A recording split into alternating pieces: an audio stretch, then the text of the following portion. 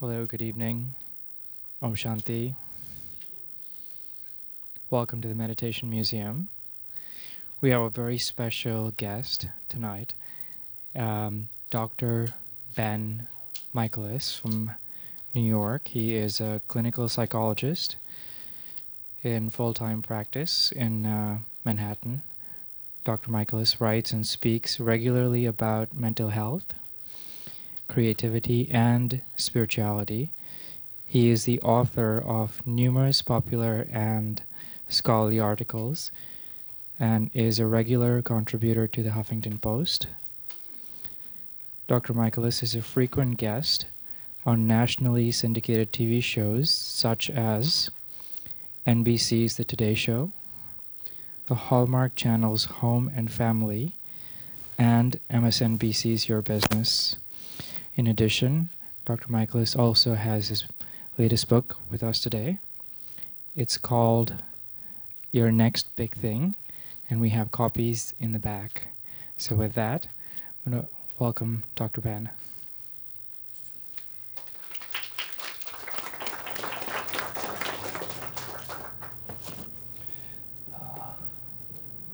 Thank you for that lovely introduction, and thanks to all of you for coming and being here and lending your time and presence to this.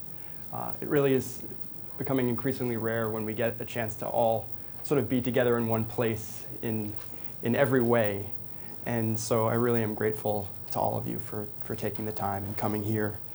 All of my writing and speaking really comes out of my work as a clinician. I've been a clinical psychologist in private practice for about the last 10 years. And I work with a fairly diverse clientele. And one thing, and it's just one of the really lovely things, is just looking around the room, the lovely diversity that I see here in this room, which is it's just wonderful to experience that. And because many of us, we may look different, or we may be of different genders or different ages, but we really are fundamentally walking the same journey in our lives. And a lot of the themes that I'll be talking about tonight, presence and purpose and process, these sort of universal ideas that affect many of us in different ways. And some of these ideas may touch you where you are tonight, and some of them might not, but they are sort of universal ideas that I have derived from being a clinician.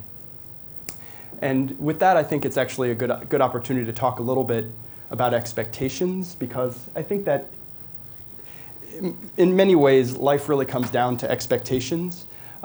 If you set your expectations really high, you're likely to be disappointed.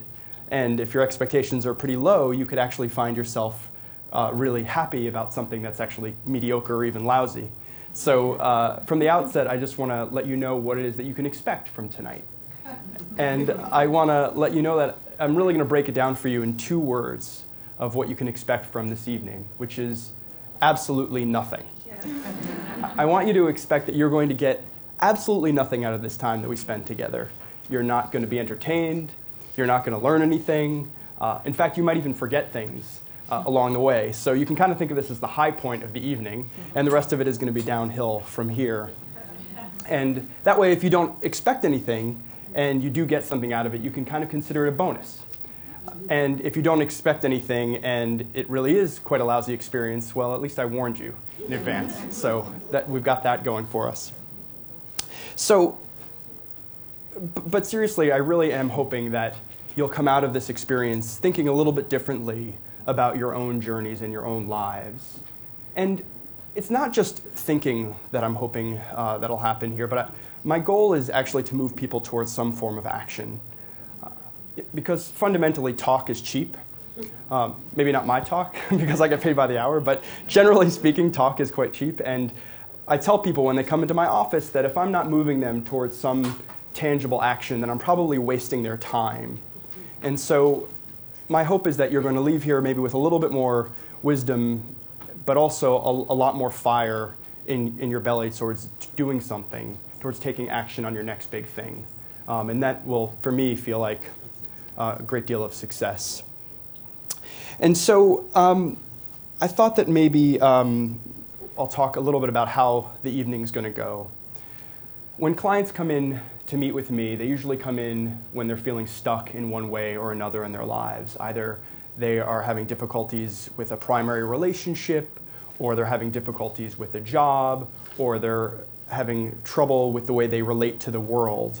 And so I think of them in many ways as starting out from a place of running in place.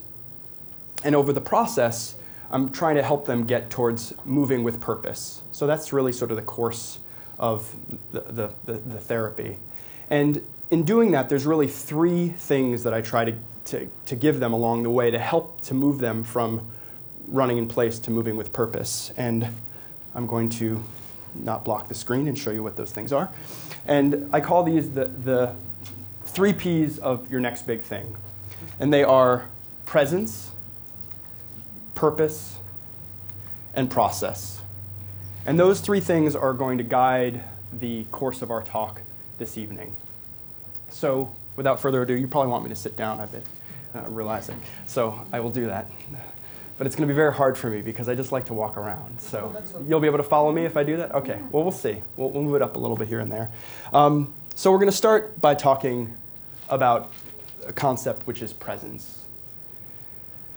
Presence is one of those things, those words that's sort of out there in the ether, and we may not know exactly what it means. But the way I define presence is that wherever you are physically, you're also there mentally and emotionally.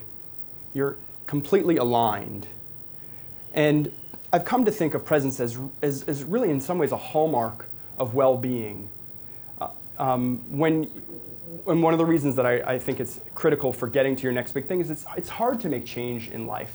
It's just hard enough when you're moving against the tide, but it's much harder if you're not all there, if you're not all fundamentally together.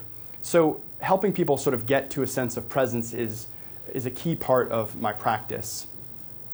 And there was this video that hopefully you'll indulge me, that was out maybe in the fall, that was on late night TV with Louis C.K. and Conan O'Brien. And he was talking about, Louis C.K. was on this rant about technology and cell phones.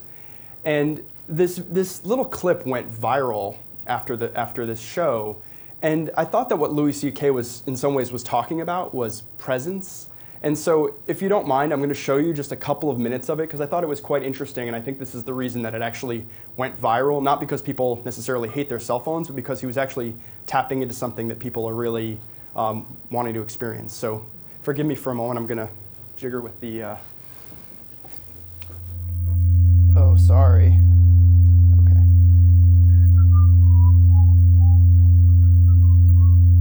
Okay.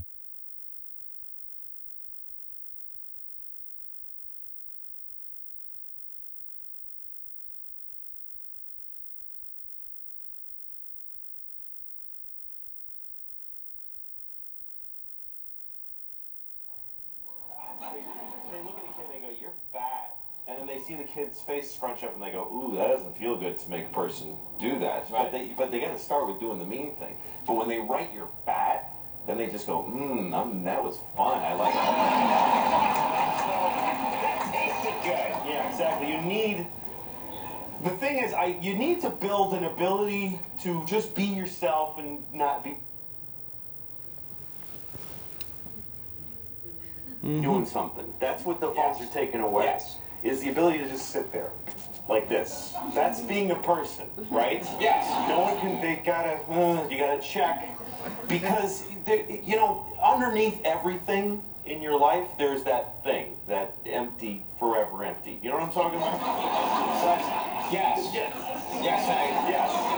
Yes, just I know what you're talking about. Knowledge that it's all for nothing and you're alone. It's down there. And sometimes when things clear away, you're not watching it, you're in your car, and you start going, oh no, here it comes, that I'm alone, like it starts to visit. Just the sadness. Yes. Life is tremendously sad just by, being in it.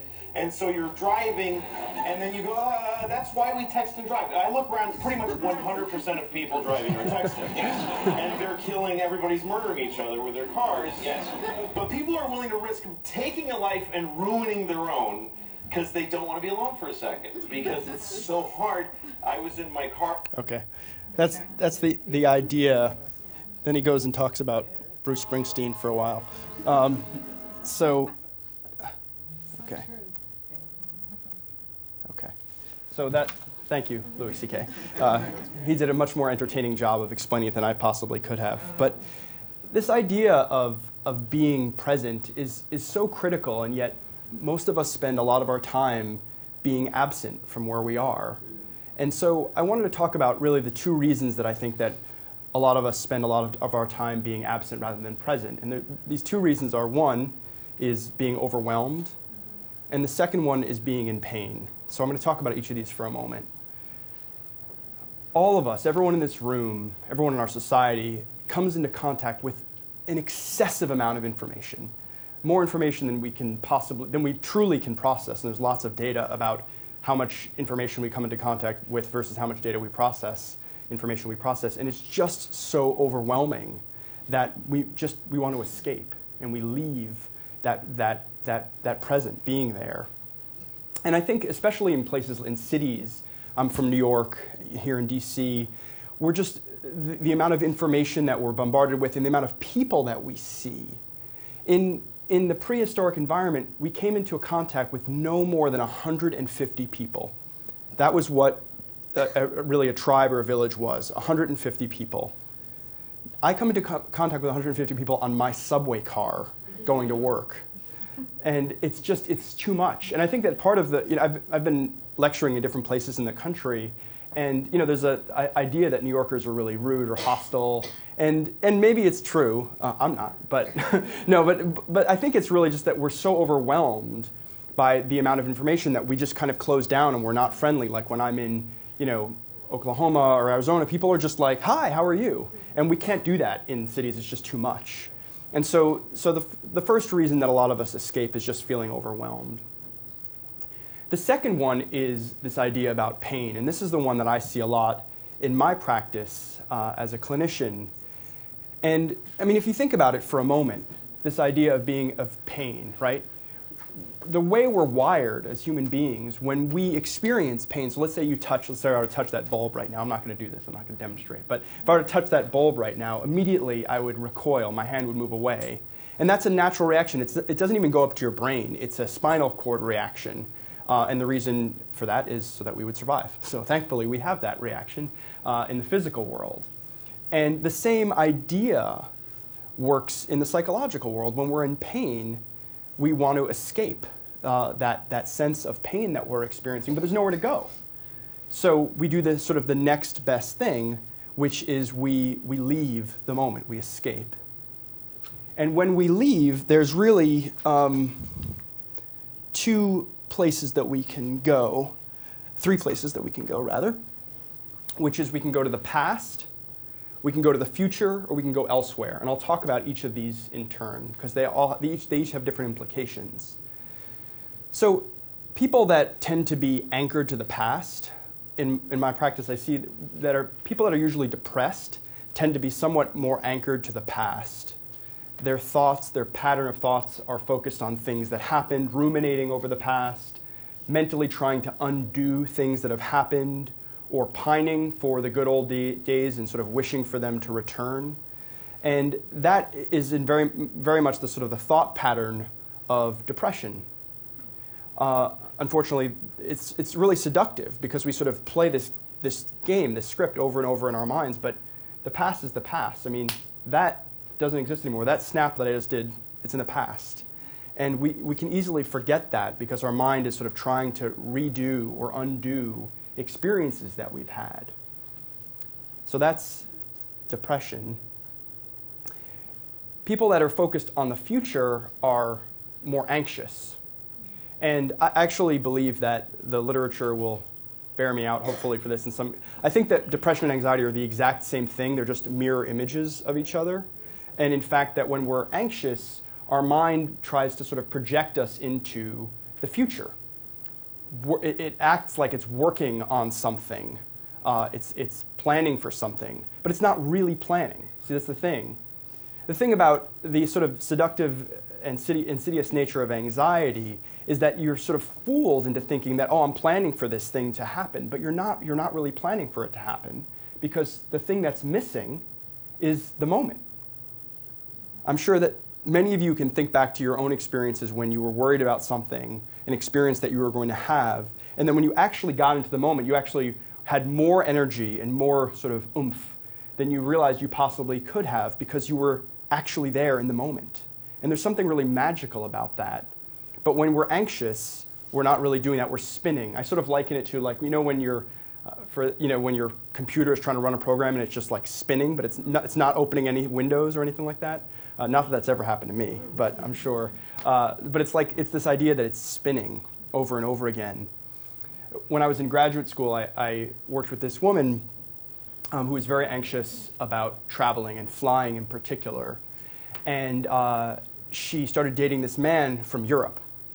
And so we were coming up to spring break, and she was going to have to go to Europe to visit his family, to meet his family, and she was getting really, really anxious. And it was like I could literally graph the anxiety as we were getting closer and closer to spring break, and she was getting more and more nervous. And so she started running through these different scenarios about what could happen on the trip, what could go wrong on the trip. And what ended up happening was they got into a fender bender on the way to the airport. They were totally fine, but she hadn't come up with that solution. She'd come up with every other possibility but that one. And in our work together, I began referring to that as the 1,000th and first scenario. It's always the one that you haven't thought up. That's the one that happens. And the only way to sort of win is to not play, because none of them are real. And I'm going to come back to this idea in just a moment after I talk about elsewhere. So you can go to the past, you can go to the future, or you can go elsewhere. And elsewhere is basically anything else. When you're thinking about people, places, or things that are not in your immediate environment, or you are distracting yourself using the internet or television or alcohol or drugs or anything like that that's keeping you outside of the present, outside of where you are. And I want to be clear that there's nothing wrong with thinking about the past in order to learn from it, or actually sitting down and planning for the future, or having, escaping. I watched the entire House of Cards. I saw every episode. So there's nothing wrong with that. At least I hope not. But it's the key element is choice, that you're choosing to do it as opposed to it becoming sort of a habit that your mind automatically moves you into these three different spaces. So if you find yourself moving into one of these three different spaces regularly, it's worth taking a look and saying, okay, something is wrong. Why am I not able to be right here, right now? And so I think that the idea of getting to your next big thing, to making positive change in your life, you really do need to cultivate a sense of presence, of being where you are. And you can always tell, I think, when someone's not with you. They're just a little bit, they're not there. But when someone is, you can also tell that as well. I think you can usually feel it. We're much more attuned to each other's energy than we may be, certainly than we're conscious of. We process so much more information when we're with someone and we're actually together. I actually, very, very rarely do I allow to do phone sessions or Skype sessions. It's not the way we're meant to interact with one another. And so this idea of cultivating a sense of presence is critical. And there's lots of different ways to do it. We're here at the Meditation Center. Meditation is a fantastic way to do it, but it's not the only way to do it. Prayer is another way. And in fact, there's great literature showing the consistency between prayer and meditation and what happens neuropsychologically. I read this article recently from Italy showing people doing the rosary and people doing mantra meditation, and their brain scans are like identical. It's quite amazing. It's really the same processes that we're doing of cultivating that sense of presence. And there's other ways to do it as well. One of the things that I thought I might do with you here, if you'll indulge me, is one of the exercises that I have in my book, which is a way to kind of try to break some of these patterns of thinking to bring you into the moment. And so what I thought I would do is sort of walk you through it and then explain it afterwards if you're game. So if you're not game, you can just play on your iPhone. I won't even notice. I hear they're bringing back, what's that thing with, not Angry Bird, Flappy Bird, yes. I hear they're bringing that back, so feel free to download it. I won't even notice. So you're welcome to close your eyes, but you do not have to. If it's not comfortable, please don't, actually. And we're going to run through this exercise that I use for people in my practice and that I recommend for folks when they're feeling like they're sort of spiraling. So the first thing that I want you to do is focus your energy, your mental energy, on your olfactory sense, on your sense of smell. What are you smelling right now? Smelling some cream or sweat or your hair or the person next to you or your clothing, things that you were not conscious of just a moment ago before I mentioned these things.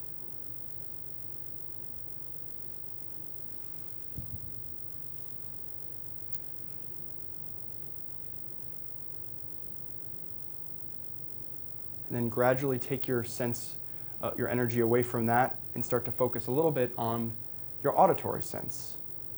What are you hearing? You may not have been conscious of the air conditioning or the rustling of a neighbor before just a couple of seconds ago.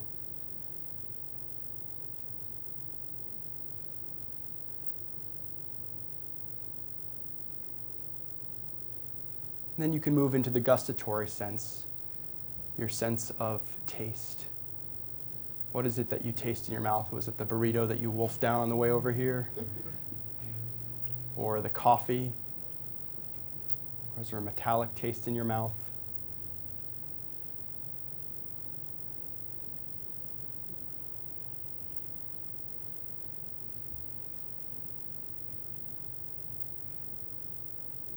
Next, move your mental energy to your sense of touch. What are you touching?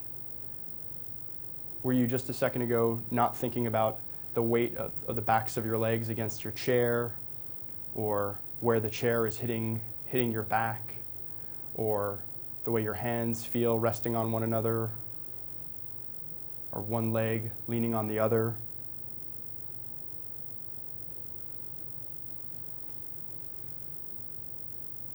And finally, if you're comfortable or if you've been closing your eyes, open your eyes. And focus on the visual sense, what you're taking in right now. You're taking in me, maybe, if you're looking at me, or Flappy Bird, if you're doing that, or anything else, your neighbors, people that are in front of you.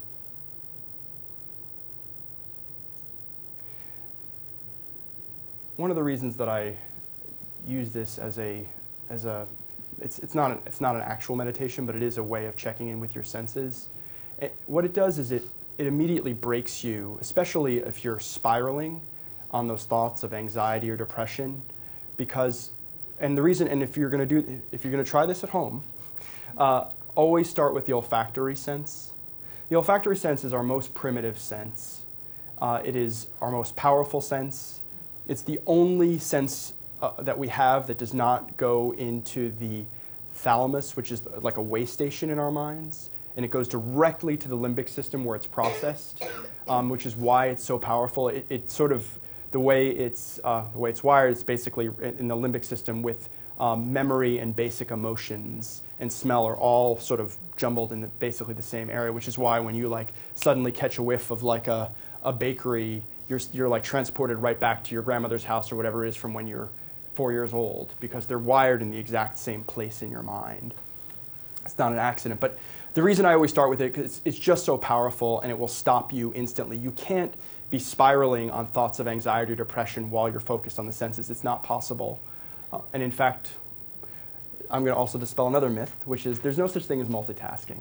It doesn't really exist. You can't, it's not possible to do. You can switch back and forth between tasks extremely rapidly, but you cannot do two things cognitively at the same time, or when you try to, you end up doing both of them really, really poorly. This is one of those cases where if you focus on this, it will stop you. And I do like this because it's a very practical thing that you can do during the day if you're feeling anxious before giving a talk, for example. You could do that. But it's one of these things that you can use. It's a very practical approach, which I really try to make my work to be very practical. I'm not really one that really likes to read things that are so impractical because otherwise, like, what's the use of it? So I try to make these things fairly practical for you, for people. But again, you can use these things. The purpose of them is just to stop you from spiraling and bring you into the present. Speaking of purpose, we're going to go into talking about purpose. So this concept of purpose is central to, I think, all of our lives, and certainly central to my writing and what I talk about a lot. The idea of purpose, I think, is really about living a life for something that's larger than yourself. And it's not theory. It's about values and action, and what's important to you and how you're taking action on what's important to you. It's sort of at the nexus of values and action is this concept of purpose. And our values change throughout our lives as we go on and we have different experiences. Values are dynamic. And in fact, one thing I do want to encourage all of you to do is to challenge your values. There's an abundant research that as we move into our 30s and we really start to lose our hearing, because that's really when it starts. So it starts at 25, and then like after 30, our hearing starts to really go. But the other thing that happens around 30 is that our tastes in important things become ossified. They really harden up. There's usually not a lot of change in terms of taste in music and political beliefs. All these sorts of things tend to ossify in our 30s. And I would encourage all of you to and we also tend to be less likely to befriend people that have different values than us or different beliefs than us, certainly in our 30s.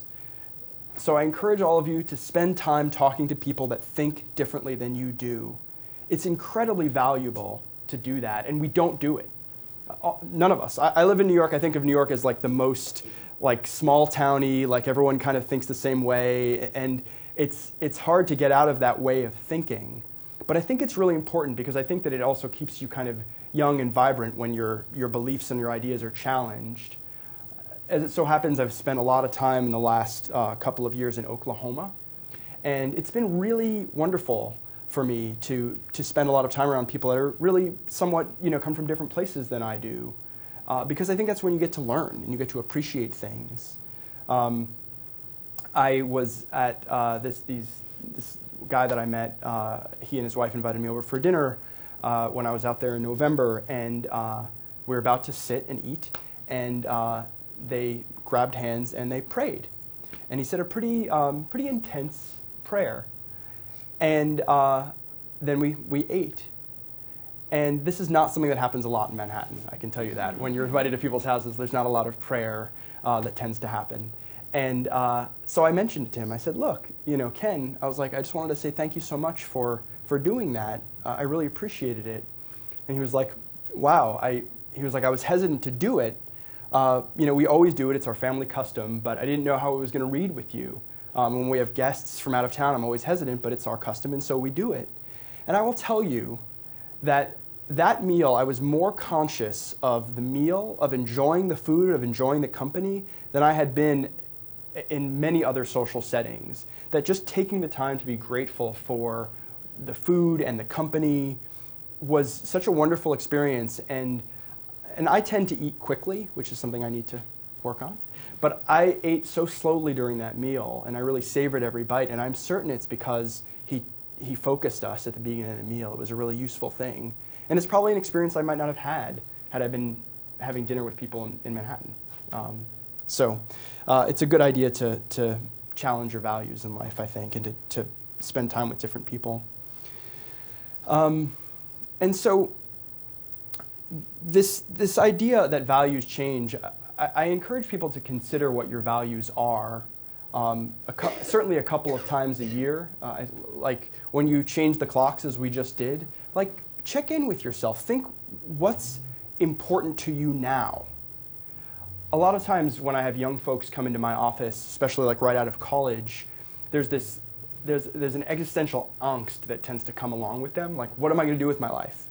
And I always say, like, that is an impossible question to answer. So don't even ask it. What you can do is add 2 words to that question, and it becomes an infinitely more useful question, which is, what am I going to do with my life for now? That's a manageable question. That you can answer. But you can't answer the question, what am I going to do with my life? Because you're going to be changing throughout your life. There's no way to answer it. It's overwhelming. And I say the same thing about values, like, what are my values for now? And you live your values by what you spend your time doing. And that's because values, purpose, which is the intersection of values and action, it's really about what are you doing with your actions. And so I just had a little list here, which you can look at. But these are just values that some people had listed during using some of the exercises from the book.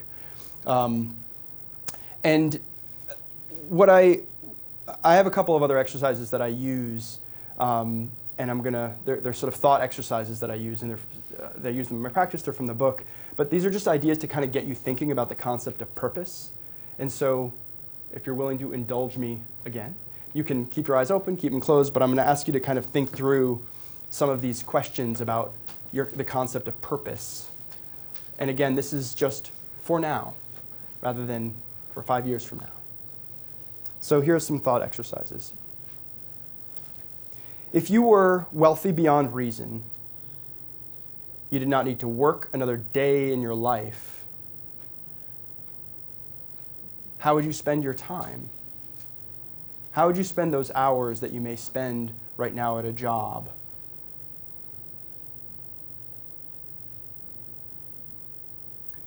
If you could make one lasting change in the world that was guaranteed to affect people after you're gone, what would you do?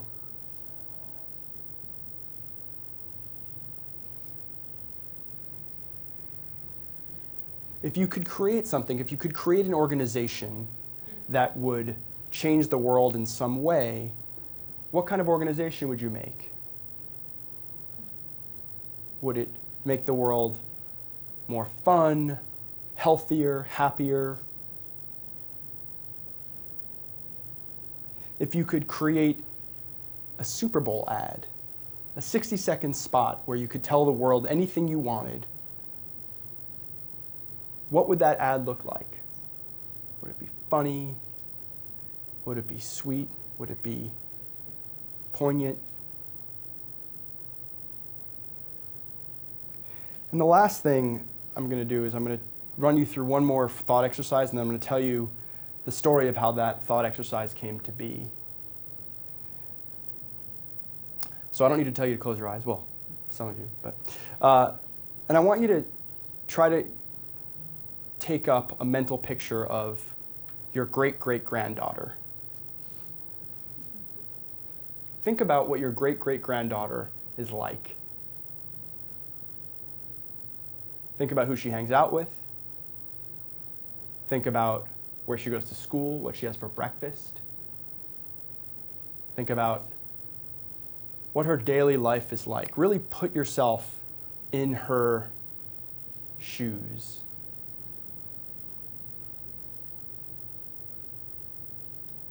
And now turn the camera back on yourself and think about what your great-great-granddaughter knows about you.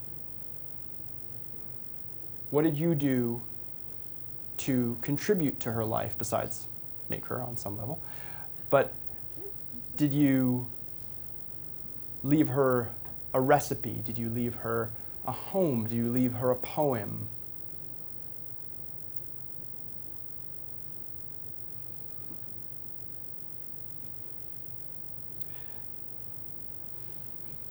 So this thought exercise is one that actually sort of changed my life. Not sort of, it did. So a number of years ago, I was working with this woman who was feeling very stuck in her life, and all of my techniques as a therapist were really just not working. And I wasn't able to get any motion. It was just nothing was happening. And it was frustrating, to be honest with you. And so I just kind of threw everything out, and I just kind of came up with this with her. And what she came up with was she said she would make a piece of jewelry for her great-great-granddaughter to wear to her senior prom. And for this woman, and honestly for me, it was a life-changing event because she began making jewelry from that time forward. And I don't know if you know this, Etsy.com, that website. So she was very involved with that, with them a long time ago now. And this changed her. And for me as a clinician, it began to change me and the way I thought about my work, and got me thinking about concepts like creativity and play and how important they are in our lives, because we tend to jettison those ideas as we get older. And yet creativity, I've come to think, and the talk tonight's not so much about that, but it really is a mental health issue. If we're not creating, there's a part of us that's really dying fundamentally. And this natural tendency, so I'm not going to go off on this much of a tangent about this, I promise. But a little bit. Play, the concept of play. Play is something that exists in every society ever studied. It's something that children naturally do. It's a way of problem solving. It's a way of working through what's coming up. And if you spend time with children, you'll just see them naturally play. Kids have different ways of playing. But anyway, this experience led me to, I started writing down techniques that were working with her, and that became the basis for the book. And so her story was very much like followed throughout the book. So it also led me to the next concept, which is this idea about a statement of purpose. And this is something that I encourage people to do a couple of times a year if you can. Again, you can do it when you change the clocks or change the batteries in your smoke detectors. But writing down how you want to spend your time and energy, I think it can be a really focusing event. And it's not like a statement of purpose for any of you who've applied to like programs or college or anything like that, where you're like just trying to figure out ways to market yourself to like the admissions officers. Like, this has nothing to do with that. This is about you and what matters to you. And so you take in what your values are, you write them down, and you think, well, right now, what values do I want to live? How do I want to spend my time for the next 6 months? And how do I want to put my energy out in the world? And one of the nice things about doing it, about committing things like this to paper, is it really does help to kind of honor what is important to you. And it honors who you are fundamentally. Because if you're taking the time to write these things down, it says that there's something important inside of you. And it really is a document that can help guide your process. And so when I recommend people do a statement of purpose, it's actually pretty, I'm going to walk now, so it's actually pretty straightforward. It's really 3 things, which is your name, 1 to 2 things that you believe in, your values, I believe X, and 1 to 3 sentences of concrete actions of things that you're going to do, of how you're going to live those values. And here's the kicker. It should be no more than 100 words. It's not a college essay. It's just something that is supposed to be guiding you into action. And I'm not going to do this now, but one thing that I encourage people to do is to check on each other, to make sure that you're following through on these things, because life gets in the way. And if you have someone that's sort of with you, it can be a really helpful technique. Guilt is a great motivator. So the last thing that we're going to talk about this evening is this concept of process. And this is going to close out the talk. We live in a very results-oriented society, and especially from the way we are trained in school to focus on grades and how are you doing and did you get the A and all of this. And it's a problem. It's why there's like all these cheating epidemics and things of that nature. And I'm very interested in school reform. But I don't think it's about how you do on any given assignment or whatever. It's about what comes next and what you do with the choices that you make afterwards. And so a process approach to life is an approach to life where you think of yourself as unfinished and constantly changing and adapting. And that is a process-oriented approach. And I really am constantly encouraging this for people, because once you have an idea of something that's important to you, something you want to do, things come up. Life gets in the way. And how do you adapt when things don't go as planned? Because they never do go as you plan them to. So the ideas that I'm about to talk about are really ways of sort of trying to make your thought processes more process-oriented as opposed to results-oriented necessarily. Because I think that everyone in this room, everyone in this world really is a natural-born optimist. Because if you think about it for a minute, we all have this instinct for self-preservation, every single one of us. And that's fundamentally an optimistic instinct, right? It suggests that there's going to be a future, and we want to be a part of that future. That's a naturally optimistic way it's just in our DNA. But somewhere along the lines, when things don't work out, we tend to think, oh, I'm not this, or I'm not that, or I can't. And if you can adopt a more process-oriented approach to life, you're able to sort of see that when you hit a bend in the road, it's not the end of the road. And it's just a way, okay, how am I going to adapt to this? Because when things don't go your way, that's a good thing. It means it's a chance for you to adapt and do something different and learn. And if we can take that approach to sort of towards everything in life, it's not really about whether you win or lose, it's about whether you win or learn. And so a couple of things that I suggest doing to have more of a process-oriented approach to life. The first is to celebrate your victories. And this is something that people forget to do all the time. In fact, people don't even, so I was working with this guy a number of years ago who is a writer, and he had finished a manuscript before he came into my office. I didn't know that at first. And he was working for an internet company where he was doing writing for the website, and he was very, very nervous about the product of his work. He was always concerned that other people were going to judge it really harshly. But he had this boss who was pretty well connected in the publishing world, and he had mentioned offhandedly to his boss that he had a finished manuscript. And he knew that, he knew of my reputation, that I wasn't going to once he told me that I wasn't going to let that slide, and I was pushing him and pushing him and pushing him. And we were trying to figure out a way to get him to get his manuscript to his boss in a way that felt okay to him. And I was not successful. And so I kind of dropped it. And for the next few weeks, we started focusing on some issues with his girlfriend. I totally had forgotten about it. And then he'd offhandedly mentioned that he'd given the manuscript to his boss. And he was like, I was like, whoa, what? You gave the manuscript to your boss? And he said that, yeah, but he hadn't heard back from his boss. He was really worried. He figured that his boss thought it was lousy. And I was like, you don't get it. You've already won.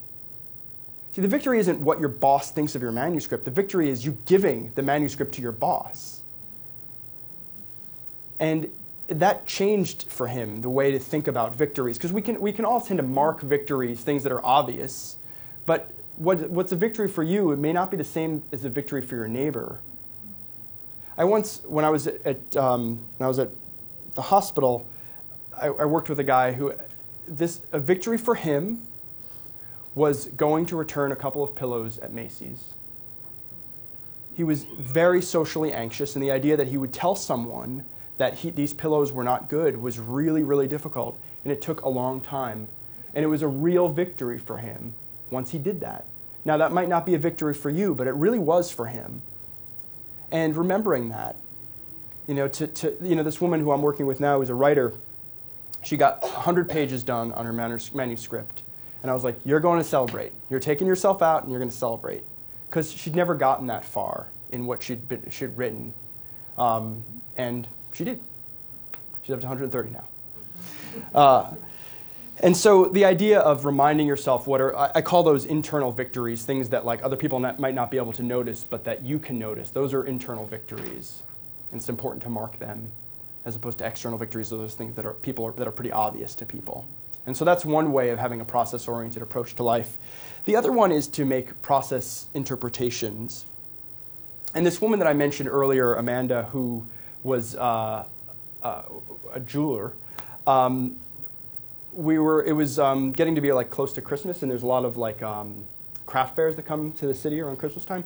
And so she was trying to make a lot of jewelry for this one crafts fair, and she was really pushing herself.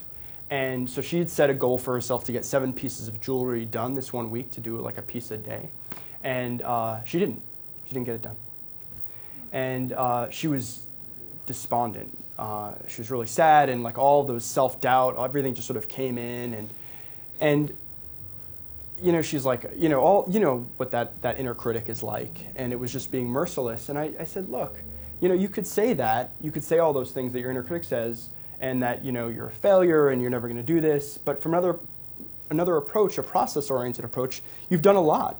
She was taking all these jeweler's classes, and she'd gotten all these tools, and it was like, and she was making things. And so, we have this sort of voice, the inner critic. And so what I encourage people to do is like write down how your inner critic would interpret this, and then what's the obvious action that would follow that interpretation. So her inner critic says you're a failure, you're never going to do it, and so the obvious action after that is to do nothing. No one wants to be criticized.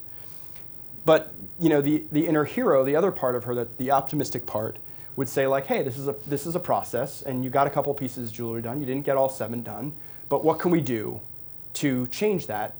And all we changed was two things, which were she decided to do the work before the jewelry before her work day, because she would get so tired at the end of her work day that she just didn't want to do it.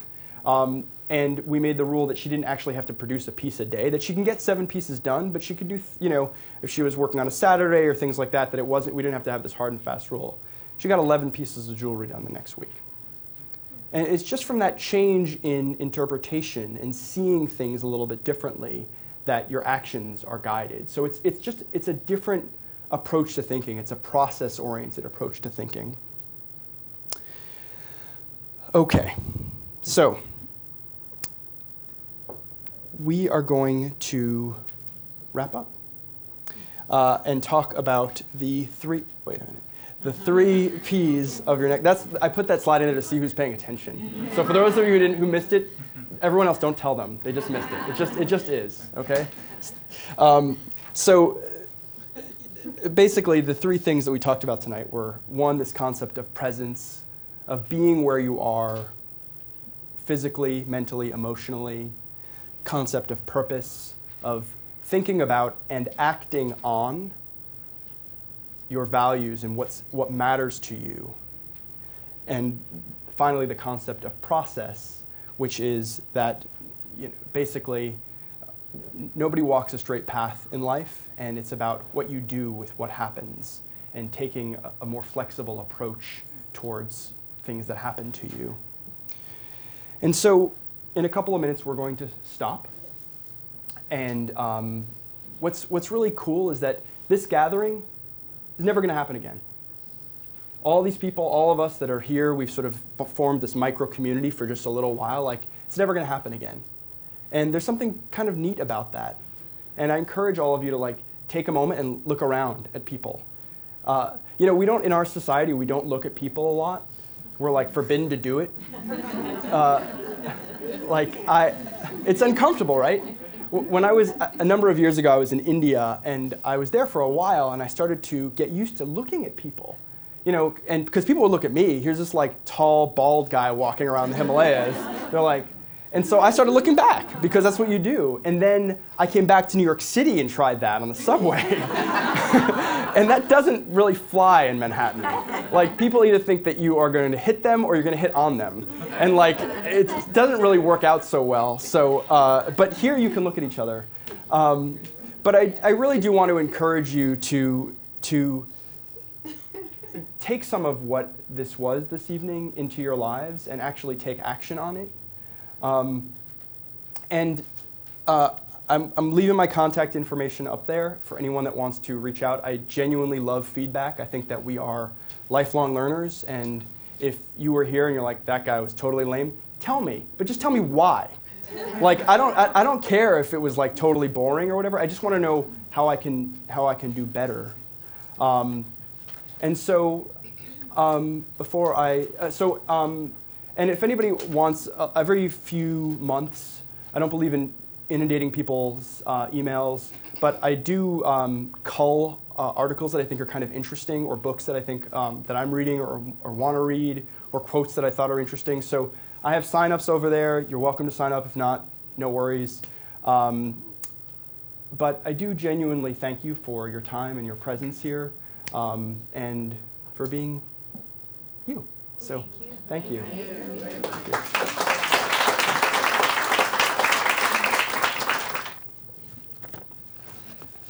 Thank you, Ben. So did you all enjoy that? You all planned out what your next big thing is? So let's have a big round of applause for Dr. Michaelis. Thank you very much for coming this evening. It was very special to have you here. And if you want to find out more, he has his book in the back, and there'll be an opportunity to speak to him about his book. You can also get a copy and get it signed as well. And we want to thank you all for coming tonight. And before we close, Sister Jenna is going to come up and guide us in meditation. We want to remind you about a couple upcoming events here at the Meditation Museum. We have coming this Sunday. How many of you were raised in a tradition where you read the Gita? Any of you? Where you studied the Gita?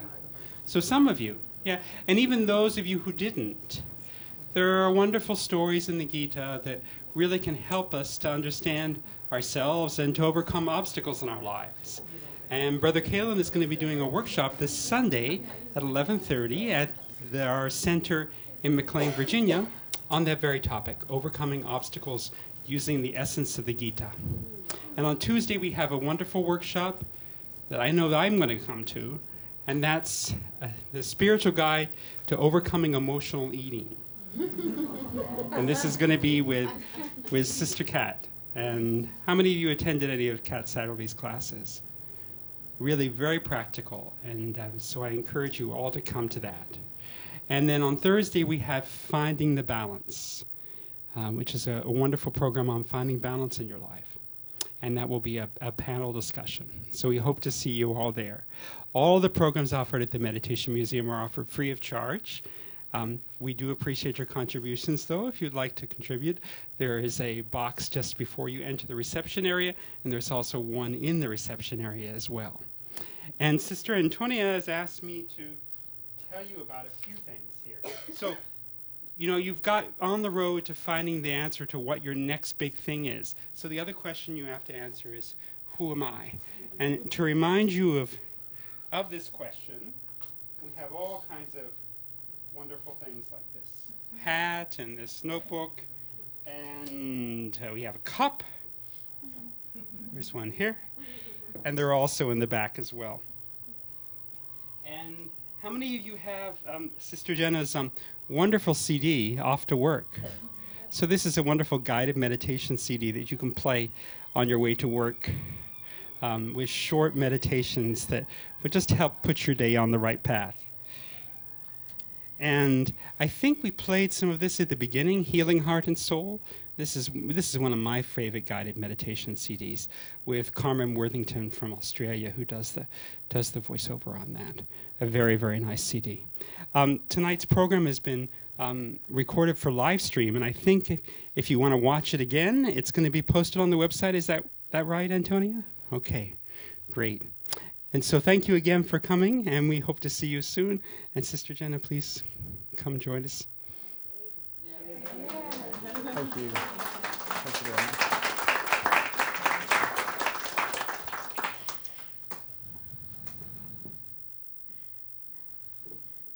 So I just wanted to tell Ben, thank you so much for offering your gifts to us and for helping us to become better people. Because I think the more we have these conversations to hit ourselves deeper, we then have the power to make that choice, right? So it kind of helps, because on a day-to-day basis, we don't get to hear it clearly enough, maybe, that we can make the shift that we need to make. So what I'd like to do, so that you can all get a chance to meet with him and get his book and to have some time and questions with him, is that I'm going to ask this very beautiful spirit to go ahead of me so we can meet you by your book section. And then I'll close everyone off with a little meditation. Is that okay? Yes, thanks, Ben. Thanks again. Big hand for Ben.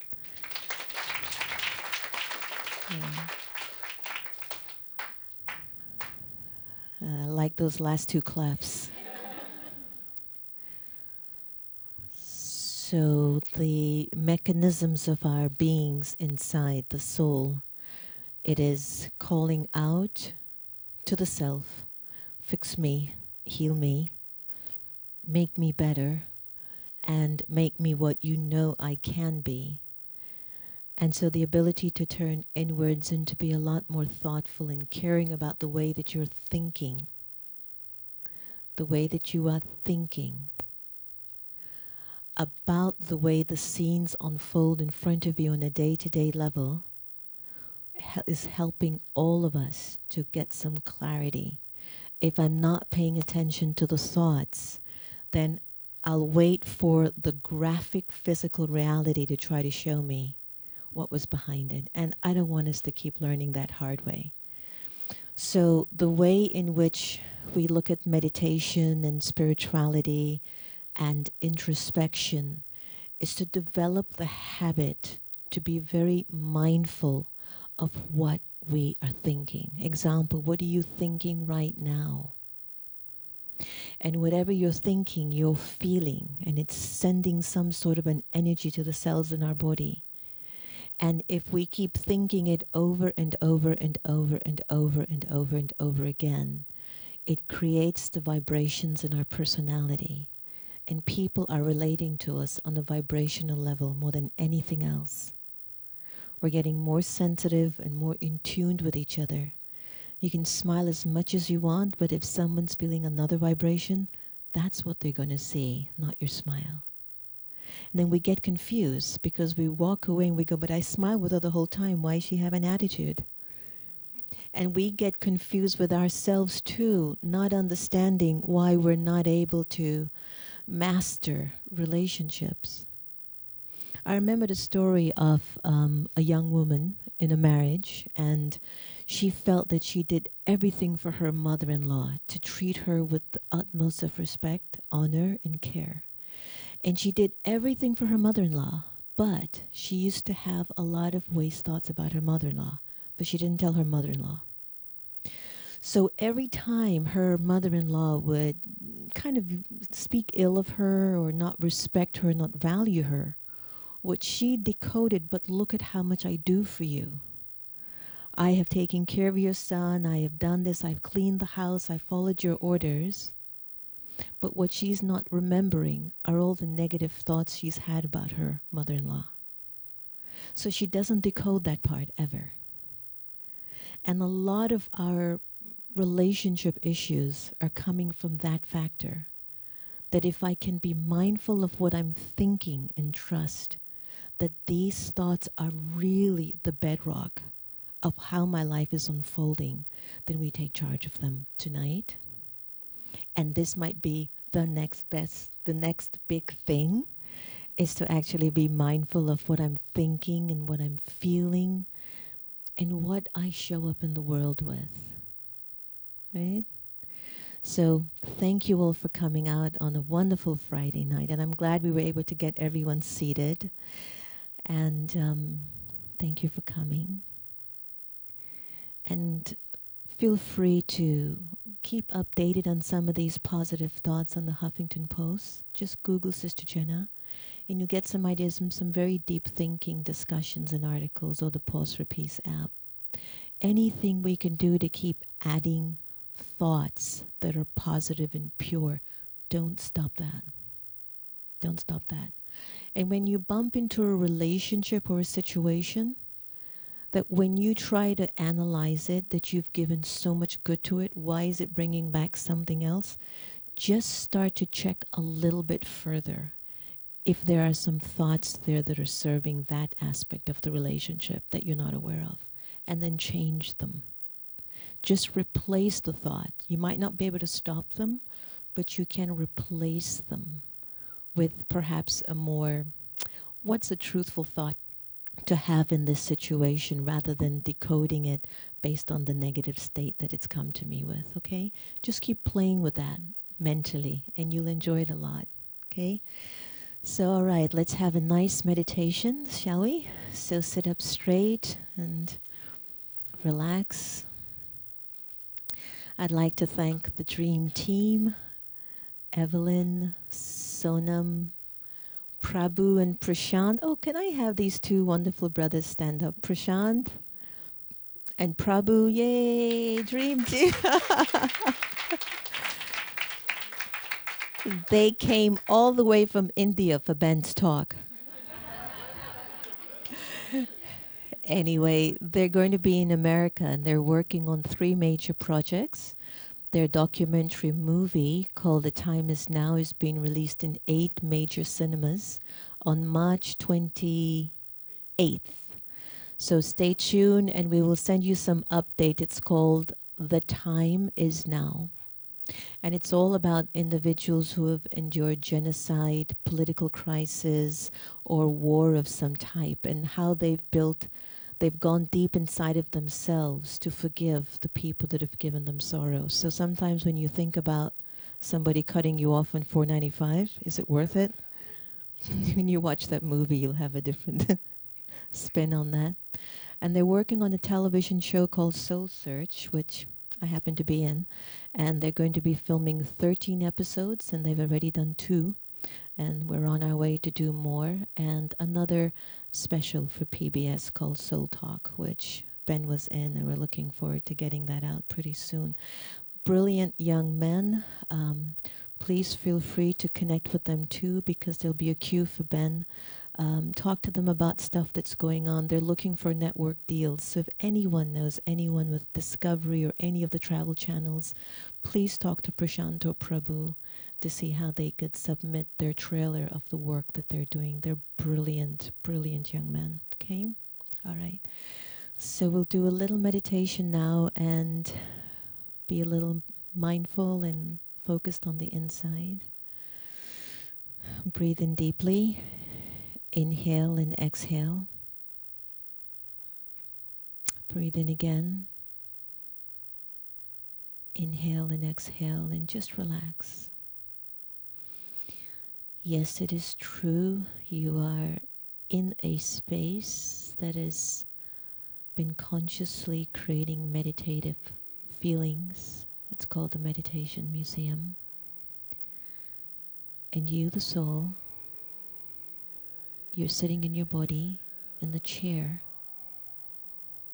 and you're now going to become the master of your own thinking.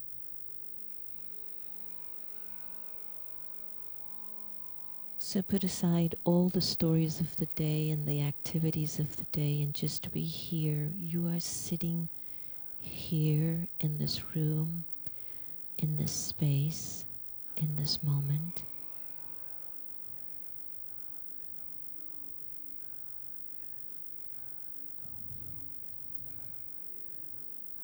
And slowly and gradually,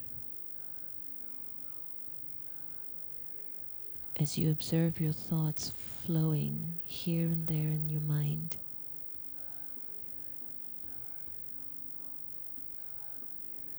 I'd like to visualize your personality completely at peace with itself. How would you look and how would you feel if you were completely at peace with yourself at this moment?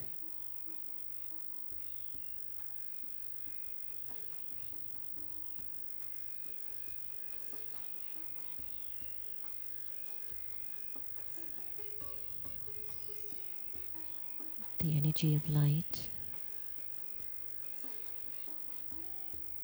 the living soul that sits behind your eyes,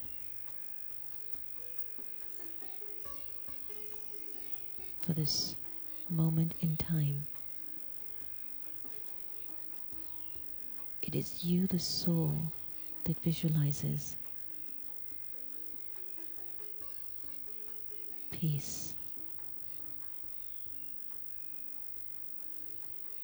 That you can put aside the things that are disturbing you, the relationships that aren't working, the body that's not working, the financial situations that are not working.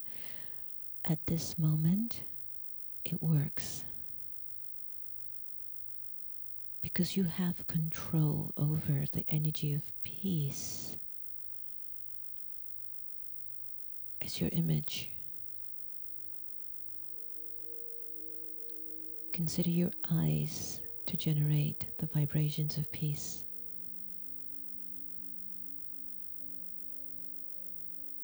And your lips to spread the vibrations of peace.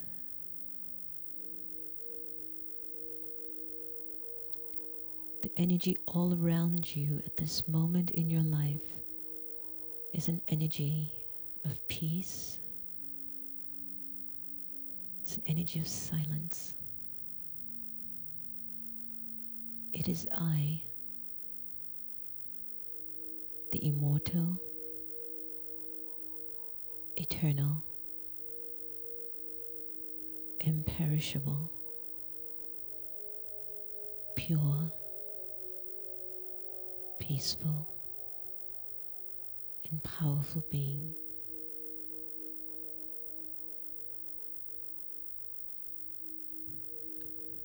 I sit inside this body, completely realized that I, the living soul, am an energy of peace.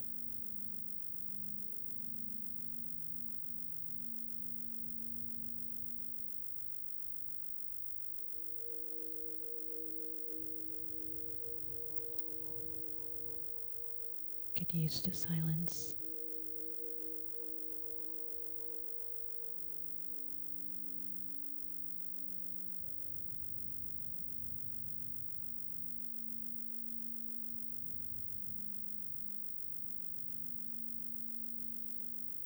And allow your world to be truthful.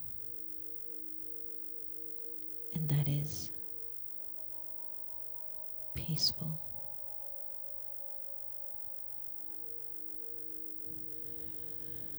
As you gently open your eyes and look through your eyes, look through your eyes with the attitude that I am a peaceful being looking through the window of these two eyes. It's my power, it's my truth. And you practice seeing through your eyes as a peaceful human being, someone without internal conflict, just wise.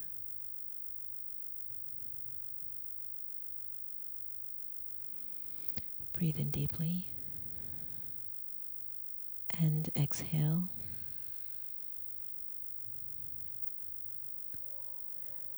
And what I'd like to invite everyone to do is, as we head to the back to meet with Ben, take some time and, sure, if it's available, okay, take some time to just be in the space and know that it's a nice little environment. And Prashant would like to show everyone the Soul Search trailer of their upcoming TV episodes or season. I remembered once telling them that the story is not the movies that they make, but it's their story. 3 young men living in an ashram in the Aravalli Mountains in the most arid parts of India, for 20 years living in an ashram. And while they're living there, they're developing their skills. Because in the Brahma Kumaris community, we believe in building people, not just sitting on the mountaintop doing nothing. So each of us come with a story that we eventually roll into if we're listening quietly. Okay.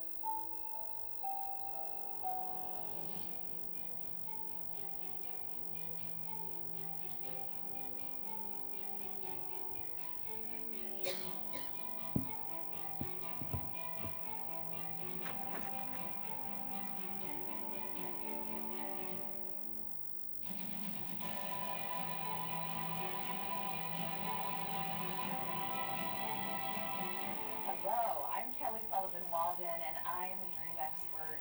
I'm Stephen Powers. I'm a producer. I'm Sister Jenna, and I run the Meditation Museum in the nation's capital.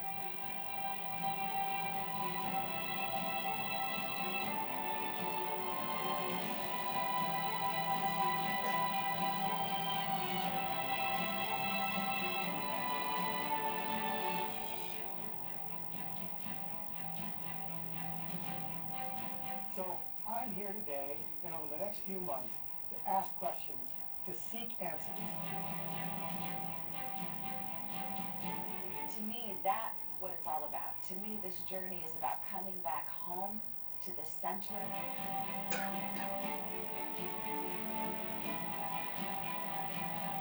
We just might explore the mysteries of what the soul really is.